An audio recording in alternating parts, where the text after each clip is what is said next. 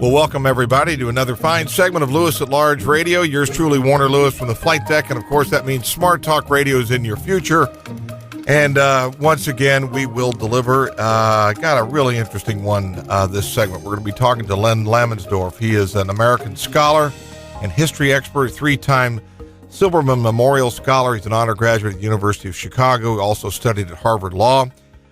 He has been the recipient of numerous prestigious awards, including the 2000 Gold Benjamin Franklin Award and the Independent Publishers Award. Today, we're going to be talking about the father of our country, so to speak, Mr. George Washington, and some of his life and some of his more interesting part of his life, a work called The Ballad of Billy Lee, the story of George Washington's favorite slave. Len, how are you, my friend? I'm just doing fine, Warren. Glad to be on the show with you. Well, history is very much a part of who you are. If you would share with our Lewis at Large listeners a little bit about why American history has always been so important to you. Well, gosh, here we are in the greatest country on earth. With all its flaws, it's still better than any other place. And there is so much in history that is unknown. Now, George Washington, in a strange way, is a guy who is unknown.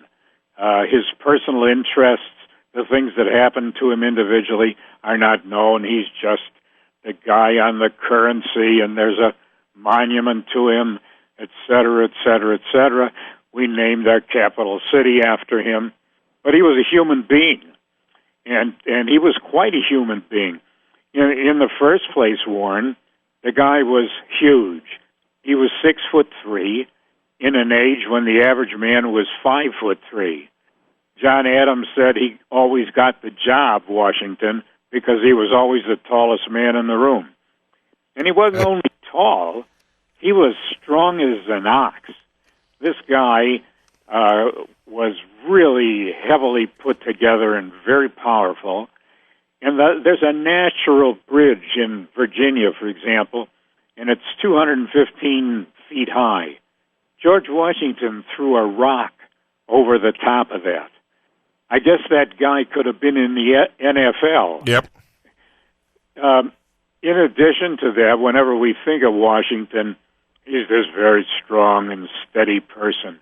But the fact of the matter is, he had a very full social life, and it's not unfair to say that George Washington was the sex symbol of his time. He was a great horseman. That appealed to people. The guy could sit a horse for 5 hours at a time. He didn't post. He didn't do anything at all. He was just glued to that horse.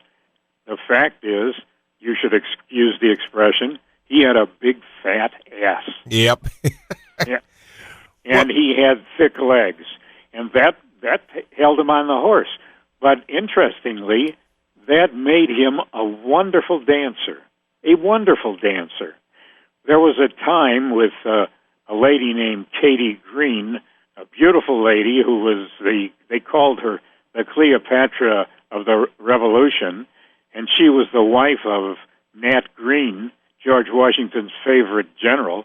Anyway, General Washington and this lady danced for 3 hours straight, 3 hours, without stopping. And if Washington was ever at a ball or whatever kind of event, every lady wanted to dance with him. And they were hitting on him all the time. And it wasn't easy for him to stay above it all. And we're not 100% sure that he did, but it seems to be true that he was not a guy who played around with ladies. There were plenty of people who did in his time. Tom Jefferson was notorious, and it wasn't a matter of issue for him whether the person was black or white or anything in between. Jefferson was a guy who talked liberty and equality and so forth, but I guess he thought the most equal people were the ones that got in bed with him. Well, Len, Washington was many, many things, and the way you just described him, it would seem very logical that those his peers would think, this is the guy that should lead our nation first. Where do you think? I know he came from a strong family, but anything in particular in his youth that set him up for greatness later? Well, he had a brother who was a half-brother, Lawrence, who was a very fine man who had served in the military and who was his idol.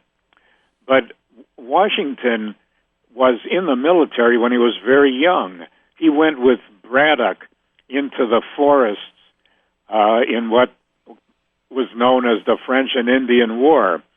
Now, Braddock was a very distinguished man, but as a general, he was a moron. Washington kept telling him, we're going to get killed. I mean, those Indians and the French, they're there in the trees somewhere, and we're marching here straight up in 4 and 8 across in our bright red uniforms. We're nothing but targets. And Braddock wouldn't listen to him, and sure enough, they were ambushed, and there was a slaughter, and Braddock himself died. Washington had 2 bullet holes through his hat and 3 more through his jacket, but no bullet touched him. And as a matter of fact, in all the battles he fought in, he was never hit by a bullet. I do believe that Washington thought he was invincible. And he had this fellow Billy Lee with him all the time, who was his closest companion. Imagine that. The guy was a slave, an African-American slave. He was a very strong man himself. He was a great horseman. He was a very brave soldier. Here you've got Washington in the Revolutionary War. He's riding into battle, and he has the slave next to him, and the slave is carrying a pistol and a carbine. He's armed, and an American slave, and there were no other armed slaves that we know of on Washington's side. The British talked some slaves into going over to their side, but they never let them fight with the troops. They used them for the most menial tasks, and they put them on ships. They wouldn't let them even sleep in tents with white British soldiers, and a lot of them died.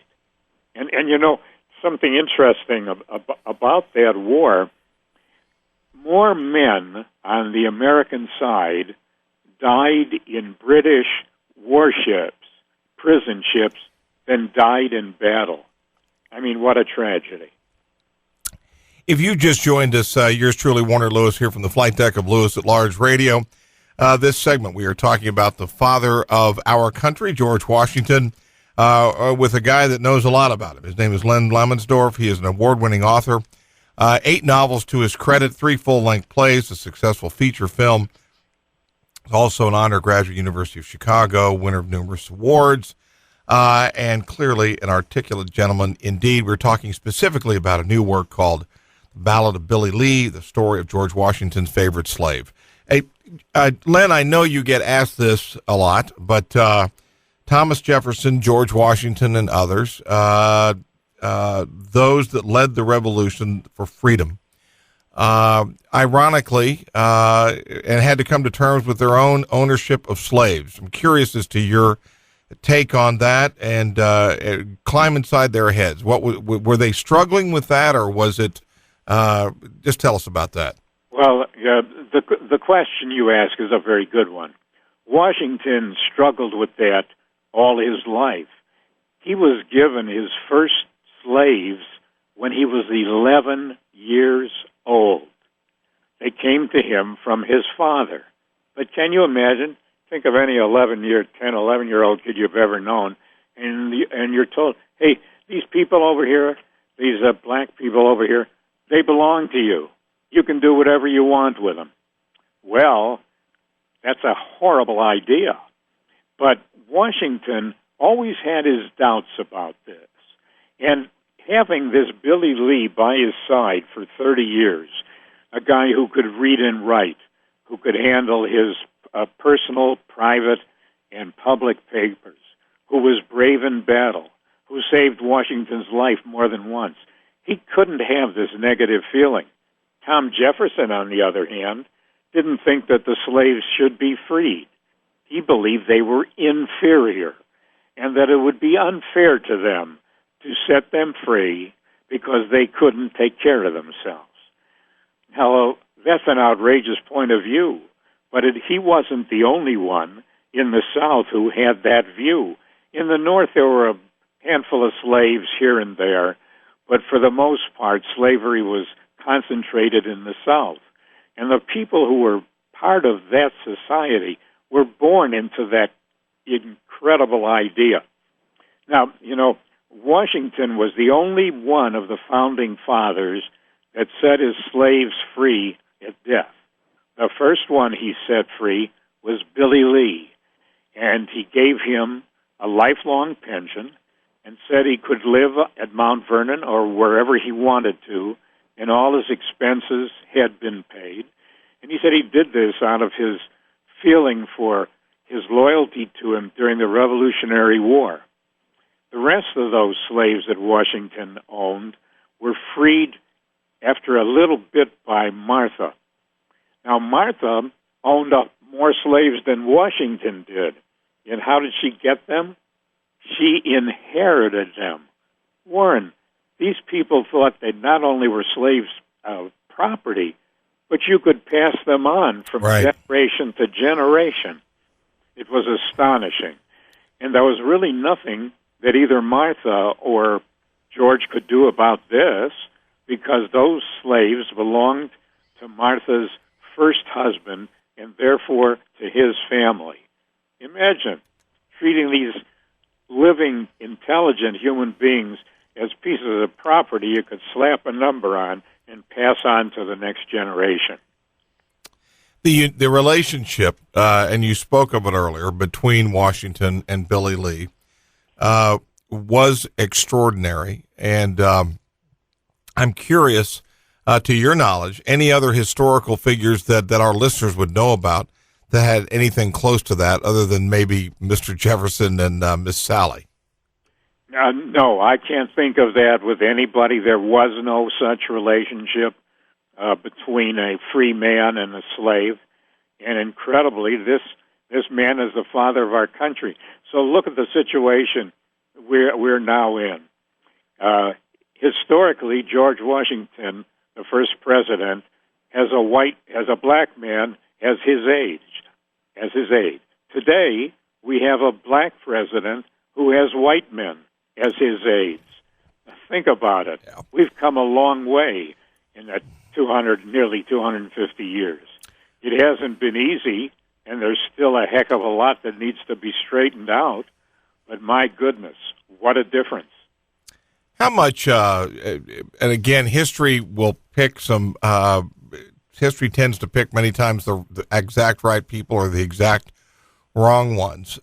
Curious as to your take overall about the Constitutional Convention and those sort of revolutionaries, quite intelligent, highly successful, white Anglo-Saxons that came together in Philadelphia to create what we know now and what in essence is the American Revolution. How much of that was a product of the times?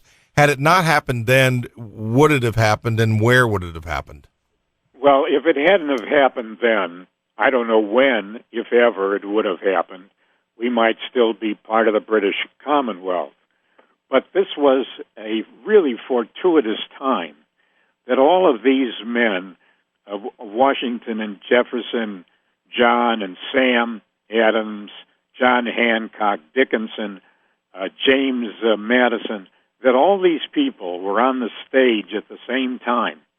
And the British were being stupid enough to push things they didn't like on them, to treat them like second-class citizens. And they came together. But when you talk about that convention, a lady named Catherine Drinker Bowen wrote a book a number of years ago called A Miracle at Philadelphia. And it was a miracle. Those guys were not brought there to create a new nation as such.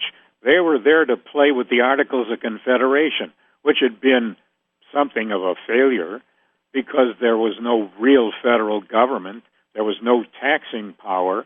They had no right to raise an army or support it. And these guys got themselves behind closed windows and doors in a very, very hot summer, and they decided among them they were going to create a new country and do it on a new basis. And I'll tell you something about Washington.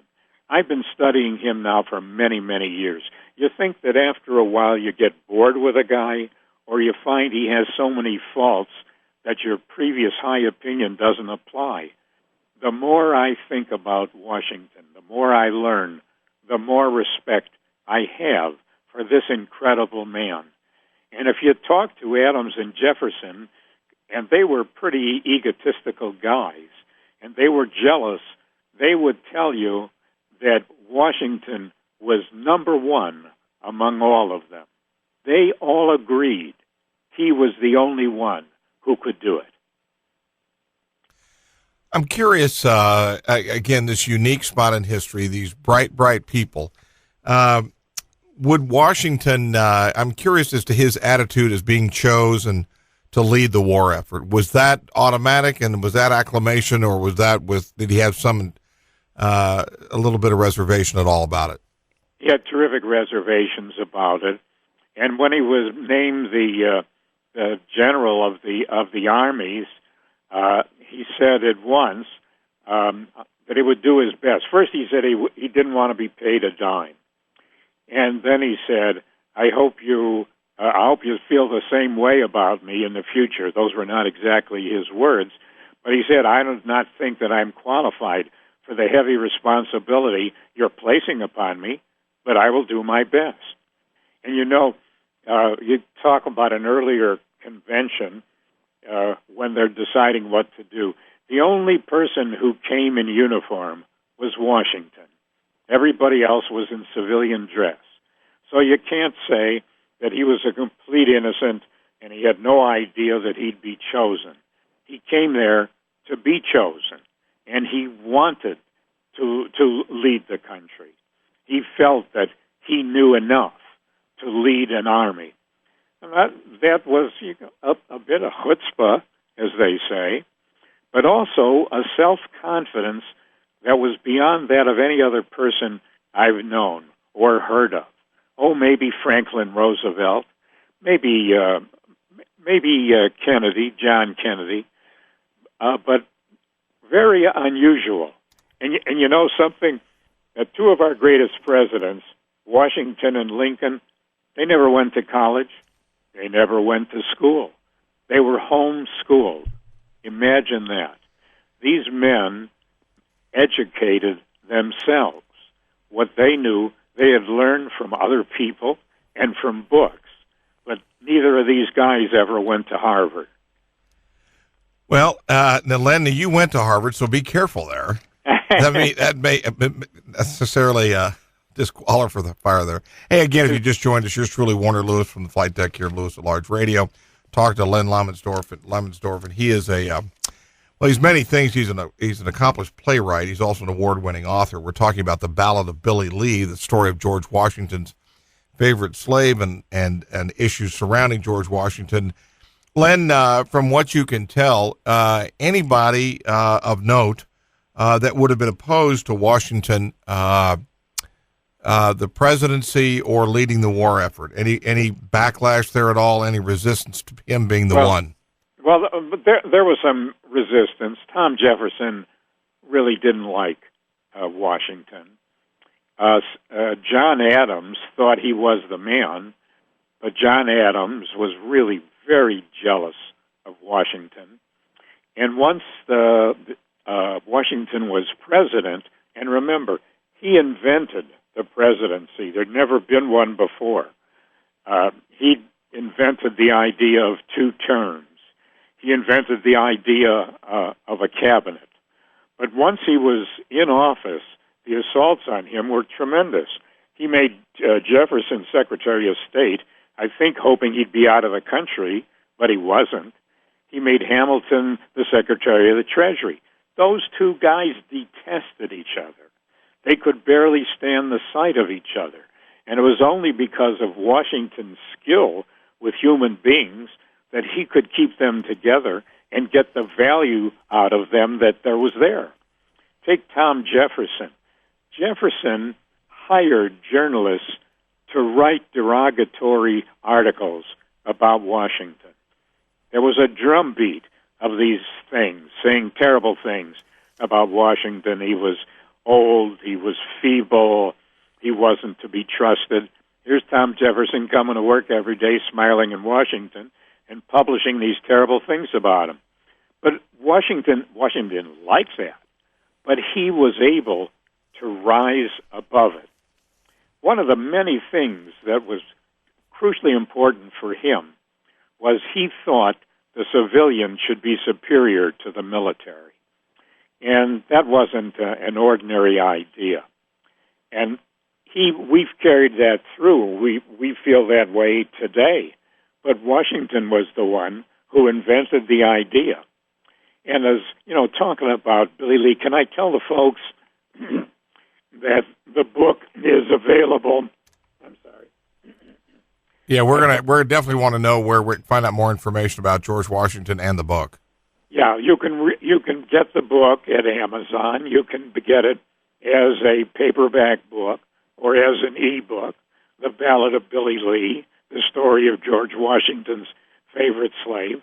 Or you can go on my website, which is Lamensdorf.com, and you can find it there, and a lot of other information about me. Well, Len, as we wrap up here, what probably several things, but in your mind, what's the main takeaway? We've talked about Abe Lincoln on this show many times, a little bit about Washington, but not quite this specifically. What's the big to you? What's the lesson, or what did you learn about George Washington that really, really stays with you, either changed your mind about him or stays with you the most? It stays with me that he was the most honorable man one could imagine, that every action he took was for the benefit of others, that is, for us, whether it was in his home, whether it was as a general, as a guy named Lee said about him, first in war, first in peace, first in the hearts of his countrymen. He was beloved. Without him, in my opinion, there's no United States of America. And we can think that Lincoln was a great president, and he surely was. But except for Washington, I don't think there's any U.S. of A., and I don't think there's any Lincoln. And the other thing is that I want people to understand that slaves played a vital role in the building of America. Slaves and free men, black men. There's not a brick or a stick in Mount Vernon that wasn't built there by a slave. And that is true of many, many parts of these United States of America. Black men were there at the founding, and we owe them a great debt. And I think we should acknowledge it. When we see pictures like the ones of Yorktown, which seems to be a sea of white faces, we should realize that at that time, George Washington had 3,000 black men in his army, not 10 or 50, 3,000. And that was the last time the army was integrated, whites and blacks serving side by side in the same unit, until Harry Truman. Imagine that, a couple of 100 years later. Mm-hmm. Well, the work is The Ballad of Billy Lee, the story of George Washington's favorite slave. The author, Len Lamensdorf, has been our guest the last during this segment. And again, you can check more out about Len very simply at lenlamensdorf.com, and you can order the work from Amazon. And hey, Len, thank you so much for spending part of your day with us today. Appreciate it. It's been a pleasure. There's a lot more to say, but I think we hit some of the major points. Thanks for inviting me. You bet. We will be back with more right after this on Lewis at Large.